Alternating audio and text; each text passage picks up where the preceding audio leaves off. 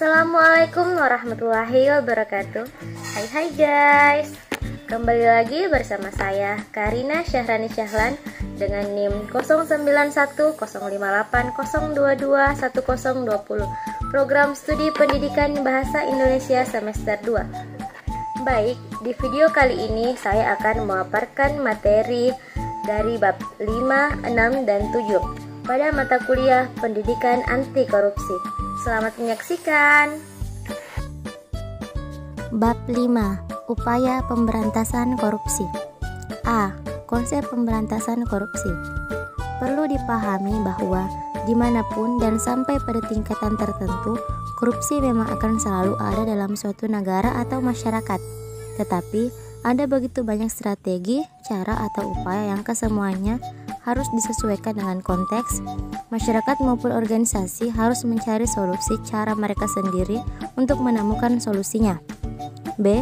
Berbagai strategi dan upaya pemberantasan korupsi.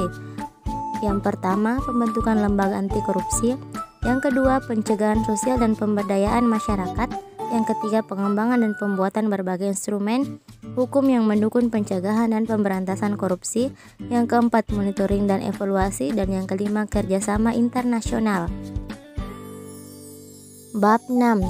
Kerjasama dan instrumen internasional pencegahan korupsi. A. Gerakan organisasi internasional. Adapun yang termaksud dalam gerakan organisasi internasional, yang pertama, Perserikatan Bangsa-Bangsa, yang kedua, Bank Dunia, yang ketiga, OECD atau Organization for Economic Co-operation and Development, dan yang keempat, masyarakat Uni Eropa. B. Pengembalian aset-aset hasil korupsi. Salah satu prinsip dasar dalam konvensi adalah kerjasama dalam pengembalian aset-aset hasil korupsi, terutama yang dilarikan dan disimpan di negara lain. Hal ini merupakan isu penting bagi negara-negara berkembang yang tingkat korupsinya sangat penting. Kekayaan nasional yang telah dijarah oleh para koruptor harus dapat dikembalikan karena untuk melakukan rekonstruksi dan rehabilitasi, terutama di negara-negara berkembang, diperlukan sumber daya serta modal yang sangat besar. Bab 7. Tindak pidana korupsi dalam peraturan perundang-undangan di Indonesia. Sejarah pemberantasan tindak pidana korupsi. Berbagai upaya pemberantasan korupsi dilakukan oleh pemerintah sejak kemerdekaan, baik dengan menggunakan peraturan undang-undangan yang ada maupun dengan membentuk peraturan perundang-undangan baru yang secara khusus mengatur mengenai pemberantasan tindak pidana korupsi. Di antara peraturan perundang-undangan yang pernah digunakan untuk memberantas tindak pidana korupsi adalah 1. Delik korupsi dalam KUHP.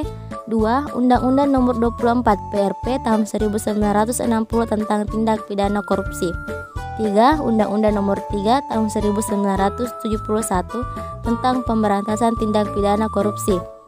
Dan masih banyak peraturan perundang-undangan yang pernah digunakan untuk memberantas tindak pidana korupsi.